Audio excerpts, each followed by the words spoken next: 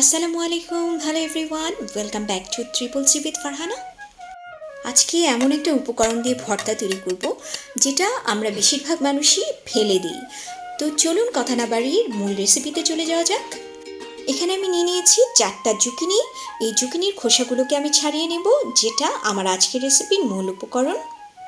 আর এরই সঙ্গে নিয়ে নিয়েছি 2 টেবিল চামচ পরিমাণ চিংড়ি, 2 টেবিল চামচ ধনিয়া পাতা কুচি, 2 টেবিল চামচ রসুন কুচি, 2টো পেঁয়াজ কুচি এবং 2টো কাঁচামরিচ। এবারে আমি এই জুকিনির খোসাগুলোকে সেদ্ধ করে নিচ্ছি। যে 2টো কাঁচামরিচ দিয়েছিলাম সেগুলো আমি এখানে দিয়ে দিলাম, কারণ এই ভর্তায় আমি সিদ্ধ কাঁচামরিচ ব্যবহার করব। খোসাগুলো সেদ্ধ হয়ে গেছে, এখন আমি এটাকে চুলা থেকে নামিয়ে নিচ্ছি। আর এদিকে প্যানে দিয়ে দিয়েছি 2 টেবিল চামচ পরিমাণ সরিষার তেল।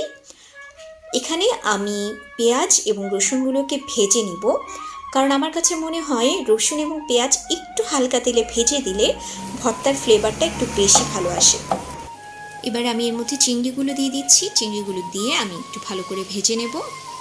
তরকারি কিংবা সবজি যেখানে আমরা জুকিনি ব্যবহার করি না কেন, বেশিরভাগ সময় কিন্তু খোসাটা ফেলে নিই, কিন্তু এই খোসাটা কিন্তু vitamin C, vitamin B6, potassium এবং ক্যালসিয়ামের একটা দারুণ উৎস। তো এখন আমি এর মধ্যে দিয়ে দিচ্ছি আধা চামচ পরিমাণ লবণ। আমি এখানে সামান্য পরিমাণ লবণ দিচ্ছি, কারণ ভর্তাটা যখন আমি করব তখন আবার কিছুটা লবণ দেব।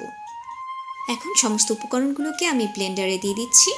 জুকিনির খোসা, মরিচ, ধনিয়া এবং যে পেঁয়াজ এবং রসুন আমি ভেজে রেখেছিলাম চিংড়ি সহ, সেটাও দিয়ে দিলাম। দিচ্ছি আরও 1/4 চা চামচের মতন লবণ। এখন আমি ব্লেন্ডারটা জাস্ট কয়েক সেকেন্ডের জন্য অন করব, কারণ এই ভর্তাটা একদম মিহি মিহি হবে না। একটু যদি এটার ভেতর দানা দানা থেকে যায় তাহলে খেতে বেশি ভালো লাগবে।